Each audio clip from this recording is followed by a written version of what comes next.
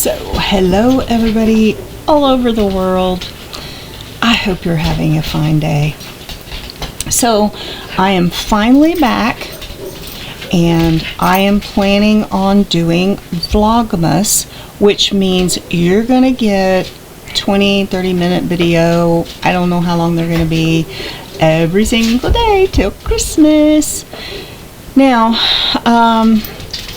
there's been so much going on, not only up here and in here and all over the house and in the family. It's good, it's not bad, you know, lots of things going on, but you know, you don't have improvement without pain, right? So I'm going to kind of just catch you up a little bit on what we've been doing and talk about some things that are on my mind, and hopefully this video won't be too terribly long. But I want to say that I hope you had a very happy Thanksgiving. We did. We had way too much food, but we had company and we had a really happy day. And right before that, Jamie, his birthday was on the 23rd, and he just turned 25. And prior years, he's been in the family for going on 4 years, I guess 4 years. But prior to this, we were either too broke to have a decent birthday, or he was too broken to have a decent birthday. And so he just expected all of his birthdays to end in a bad way. Well, he had a very happy birthday and he enjoyed himself a lot, and we had company, and it was just really good. And then, you know, because he usually had bad birthdays, he expected Thanksgiving to be terrible, and Thanksgiving was wonderful. And as you can see, we've got our Christmas tree up. And you can't really see them, but Jamie hung Christmas lights around the living room, and so it looks very festive, and he was really proud of himself. And so, and we've got things going on with Joe as well. Joe has started a new collection of Matchbox cars, which I was a little bit surprised because he's never really been into cars. He was always into like dinosaurs and stuff. As I mentioned in one of my little shortcut videos, Joe was not wanting to buy anything. He wasn't wanting to get interested in anything, and we do go out quite often shopping, and I would tell him, you know, is there anything you want? And I've been talking to him about, is there anything particular you want for Christmas? But because we lost everything, and for whatever personal reasons he had, because we really couldn't get it out of him, even the therapist tried. We couldn't really make sense of why he kept saying he just wasn't ready to move on with his life. And then there was also an incident come up that he told me that he couldn't remember what was precious in his life, you know, in times past. Now, just because a person has autism and cerebral palsy and may not remember everything and has difficulty communicating, that doesn't mean that they don't go through trauma and they don't have PTSD over things. So, and they may get life circumstances a little confused sometimes, but this is why we have ongoing therapy, all three of us, every week.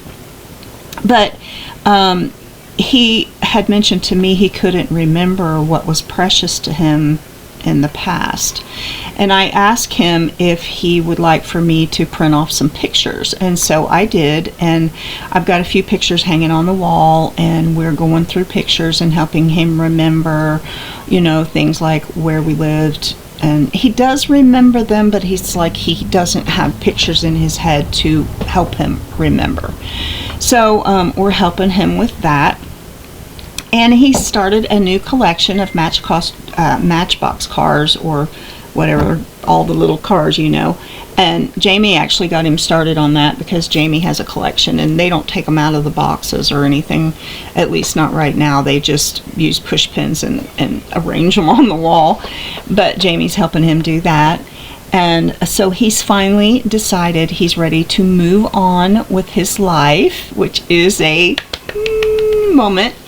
And so he's been doing that, and he's decided that he wants to rebuild his leap pad collection, the Leapfrog leap pads, especially the ones that were in the 2000s. So oddly enough, we can still find them and we can still buy them. So we're going to start rebuilding that for him for Christmas. And all of this is happening because, yes, finally my pay raise came that I talked about so much. And but with that, and with, you know, raising your standard of living, there comes like this huge rush, and there's like, oh my gosh, I don't know what to do first. And you start making lists, you know, shoes, socks, a toaster,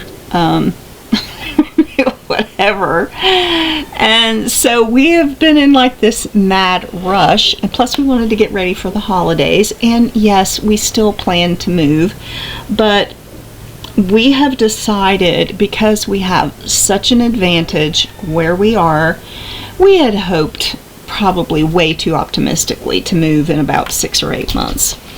And but because we have such an advantage where we're at, we have come to the conclusion that we are not moving until we get the green light of total victory.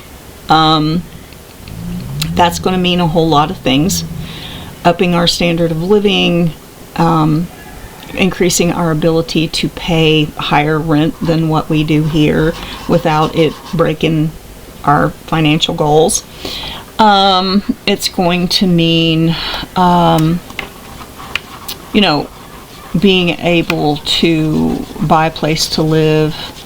Anyway, we have removed any expectation of when we're going to move. I think we will all know when we can go home back east, and we're not setting any expectations or goals of that happening really soon, because we don't know exactly what we want, but we know that we want a forever home with some land, and but we're just not even thinking about that right now, because we have a business to build.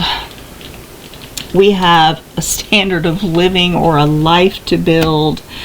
I'm still planning to do vlogs, but I have yet to actually figure out how to vlog. I mean, I take these little short videos on my phone, and then, you know, it's like some kind of compilation, you know, I need to like put it together and make it make sense, and I'm really having some difficulty with that. And so in this rush of improving life and making wise decisions, building structure and stability, rebuilding in such a way where, you know, you're never going to fall down that rat hole again, whether mentally, physically, emotionally, we were at the bottom of the barrel. We do feel this like sudden urge, you know, to just get a lot done. And so, but we're also thinking about, you know, hey, take a slow down pill, actually think about what you're doing, and don't get ahead of yourself, because it's better to do things slowly than it is to rush in and make mistakes. So we are planning, but we're planning slowly. And so we don't want to get ahead of ourselves, because this has been a lot. I actually had a memory on my Facebook page, and 2 years ago today, it was post major surgery for me, because as I've told in some of my older videos, my gallbladder died. It wasn't a normal gallbladder surgery in that, you know, somebody has stones and they're having pains or they can't eat or whatever. I had a few stones, but my gallbladder had been in the process of dying over probably a period of 8 years, 10 years. I don't even know when it started. I remember having excruciating pain in my stomach, probably 10 years ago, I don't know. My stomach was so sore that I couldn't walk around without it just really, really hurting. I went to the hospital. They told me that it was mesenteric adenitis, which is the swelling of your lymph nodes in your stomach. I'm not going to go into a big long story because some of you have already watched the video. But it started then. And then, you know, several times a year I would go to the hospital with pain in my stomach, and then I started having projectile vomiting, and I just, every time I went, they said, oh, this is just something that happens, it's going to go away, you're going to be fine. But nobody stopped to ask why I had all this poison in my body swelling up the lymph nodes in my mesentery. And for those of you who don't know what a mesentery is, it's the fan-like organ that holds all your bowels together. I used to think that your bowels were just like a big rope and they just laid in your stomach. But no, they're all connected with this fan-like structure. That's your mesentery, and it's full of lymph nodes. Well, come to find out, at the end, I nearly died. I was so close to dying of sepsis that it was unreal. But I finally went to a hospital that they figured it out, and they removed my gallbladder, which by that time, I call it green cheese, was just close to gangrene. And they had told me this. It had grown to my stomach. It had grown to my intestines, and a bunch of stuff had to be removed and cleaned out, and, you know, the gallbladder taken out. But because it was grown to my stomach and my intestines, all that had to be fixed. And then 32 hours later, I wake up and realize that I didn't even know I was going to get into all of this, but I realized that I had been like tied to the bed, and I also realized that I had essentially, because the sepsis had caused swelling in my brain, and I had quite a bit of mental issues, and that's to put it lightly, that I essentially had destroyed my life. And then I had to wake up and realize all that, and not only did I have to rebuild my body physically, I had to rebuild my mental processes. I could no longer balance a checkbook or do simple math. I could not process what people were telling me. I couldn't process what their intentions were. I literally, I could walk around, and for all intents and purposes, people thought I was somewhat normal, except for that I was crazy as a best bug. But that's because I couldn't process anything. I couldn't process right, wrong, what was important, what wasn't important. I was just a storming mess.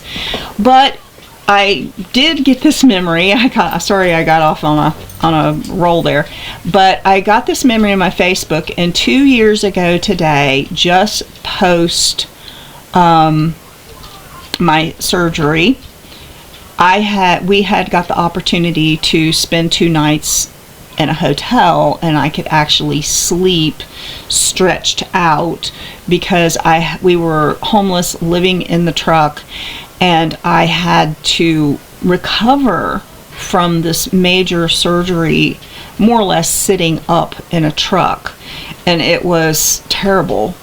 And we were lucky enough that we could park in this parking lot next to one of those portable toilets, and it was cold. But when I would get out of the truck and try to go to the bathroom, I couldn't even raise up my face. I was bent over at the waist, just holding my stomach trying to get to the bathroom. But anyway, I had had 2 nights of actually sleeping in a bed, stretching out, and this was 2 years ago, December 2nd.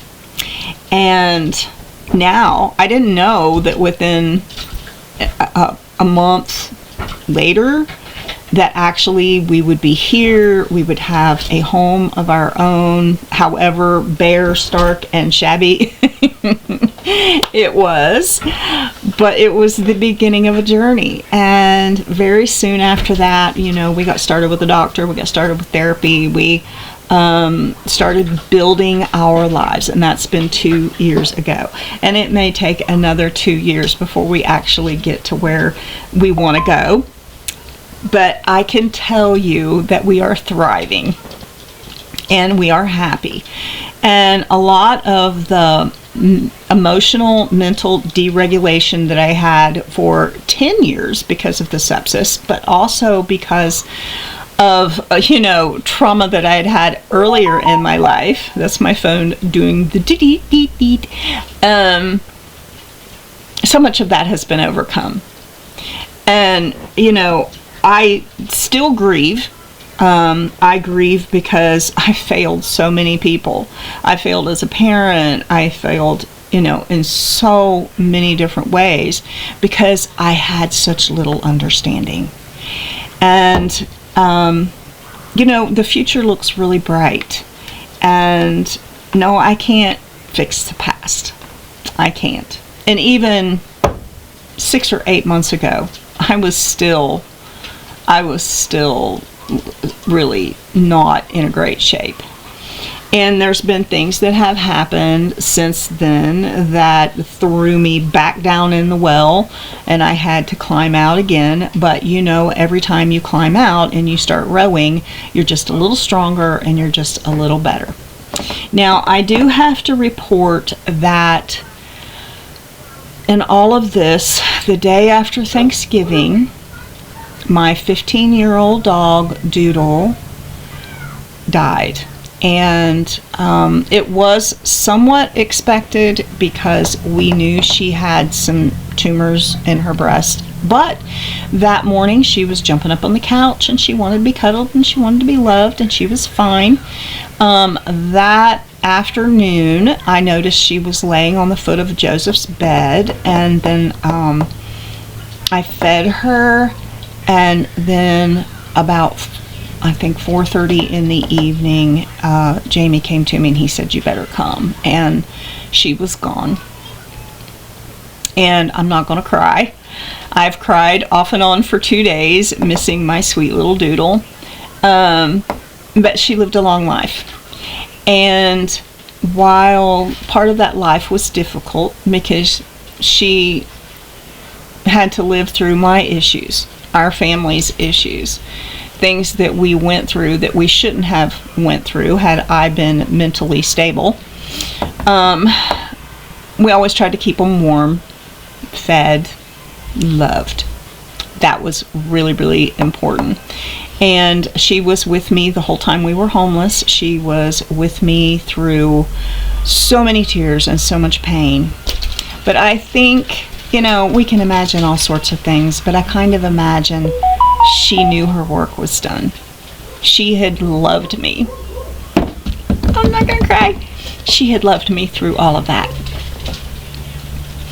And it's so important to have your fuzzy hugs, is it not? And we still have Rhonda and Noogie and Dylan to love us. They may, I'm going to say this, but it may not be true. They may never be able to replace her in my heart. I'm so silly. I'm just an emotional person. I apologize. Noogie, why are you whining? Why are you whining? He just wants constant attention. So anyway, moving on. Things are really good.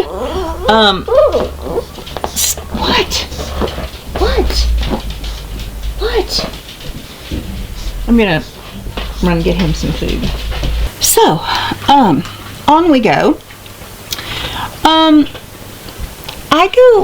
I'm an ever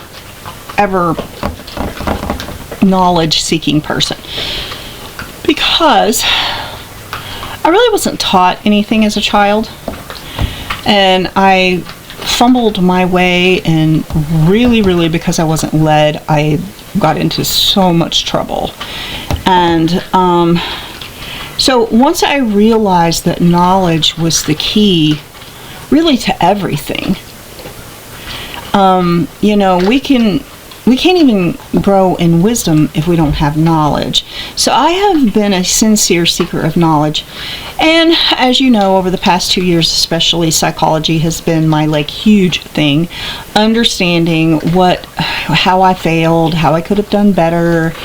It has been such a learning journey and very difficult, actually. But something happened last night that kind of woke me up. And that was, we had been planning to decorate the living room, more or less as a family. And I had waited until the perfect time. And Jamie jumped in, and while I was cooking, and I couldn't help, and he's really fast about things, so he just dove in and started hanging Christmas lights, kind of helter-skelter, but they look really good. And, sometimes I try to be too intensely perfect about things and then just don't get it done or something, but he just flew in, and by the time I got dinner done, he had just had everything done, ornaments on the trees and everything else. And honestly, I was just a little bit hurt because I didn't get to help. But then I got to thinking, oh my gosh, he has had so many horrid holidays and Christmases. And he felt so happy and proud of himself for decorating. And I realized I had to just step back and let him do that. And there are certain ways that even as an adult, he just turned 25, he's still just growing up because he really wasn't allowed to just be a kid. So, but then it made me realize how I failed my children. When my children were growing up, I thought my Christmas tree had to be a work of art. And I thought it had to be, according to my specs. And I don't think I let them decorate. They probably wouldn't have done it perfect enough for me. And it's just so atrocious, so horrible. Now I would let them throw confetti in it, whatever they wanted to do. But as a parent, you're just so ignorant sometimes, and they just don't have enough parenting classes.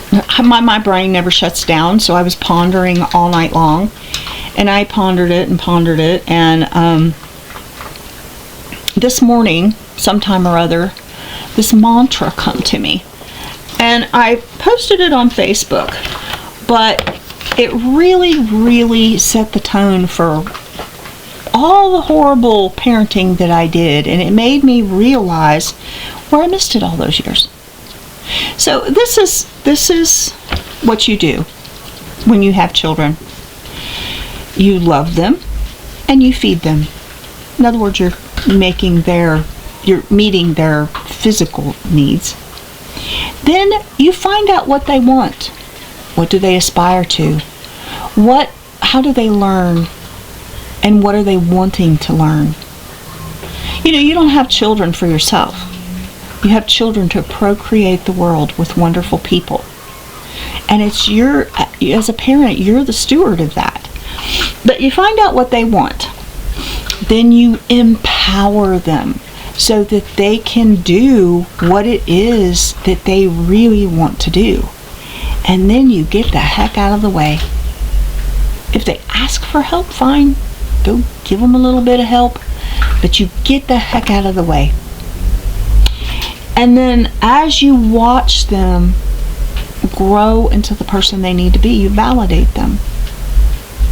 You validate them, and you're proud of them. But once you get through that process, you go on with your life. I have never been able to turn my children loose. I just felt like I had to hover over them. It was out of love. It was out of fear. It was out of anxiety. It was because I was thrown out into the world before I even knew anything, and had to fight and scratch to survive. I did not want to do that. So I clung to them, and I tried to hold on to them, and I tried to protect them. And it wasn't healthy. It wasn't good. And I'm just adding this to the end of this because, this is the one thing I learned. And as an autistic family, as a family with ADHD, hypersensitivity, and all of these issues, it's even more important to have the healthiest family structure you can. And this has been so random. This video has been so random, but this is what's going on in my mind and in my life and in my heart today. So we have so much coming up over the next month, and so many things are going to be going on. We'll have shopping hauls. We'll have some Christmas stuff. We will be talking about our plans in the future and our hopes and our dreams. But before I end this video, and it's already past 30 minutes, I want to say, while we're doing this Vlogmas, I want you to be happy. Try to discover this Christmas what's most important to you. I'm learning self-love. I am learning to let my crew be who they want to be. Turning loose of them in the sense of allowing them to be who they want to be. Honoring boundaries. Honoring their autonomy. And one of the hardest things ever in my life is to say to myself, what do you want? What do you want? Well, I've never wanted anything. And I have been codependent enough that I literally denied myself so much so that I could give to them, because I wanted them to be happy, and I wanted them to love me. And I felt like, I just always failed. But that's changing. All of my kids, Jamie and Joe, they need help. All of my kids need a little help here and there. Not much I can do, but I can help a little. But the biggest thing I can do for them is let them fly, let them soar, and let them be who they want to be, and be proud of them, and go on and live my life. I have got the most fantastic kids ever. And anything that has went awry in our lives, it was my fault. It's all been my fault. Well, there was another parent involved, but, I own it all. I was incapable and unwise. But that's changing. I have so many exciting things that are going to be going on in the business, in our lives, and this Vlogmas is just the beginning of all of the great things that I'm going to share. And I hope that you can learn or be fed just a little bit out of these videos to make your life better, help you to become more aware of how you're affecting other people. Are you taking care of yourself? This Christmas, are you buying anything for yourself? Do you even know what you want? I literally have to sit in a chair and say, I was sitting in a chair earlier today, I'd gotten my shower, and I was thinking, what does my body need? Well, my skin was feeling itchy and dry, my lips were dry, I was thirsty, I didn't have socks, I just slipped my shoes on, and my feet they were kind of stinging my feet. And I have to literally do this to be aware, because if I can have a backache, I'll just keep working over top of it. I'll just keep going, because I am so used to just not paying attention to myself. So I am changing all of that, and lots of fun things are going to be going on. But I'm going to say for now, Vlogmas number 1, December 2nd. I will see you tomorrow, and I want you to celebrate your holidays in the happiest way you know how. And remember, you may be at the bottom of the barrel, but if I can do it, you can do it. And start climbing your way up and filling your life with cheer and joy. Bye-bye for now.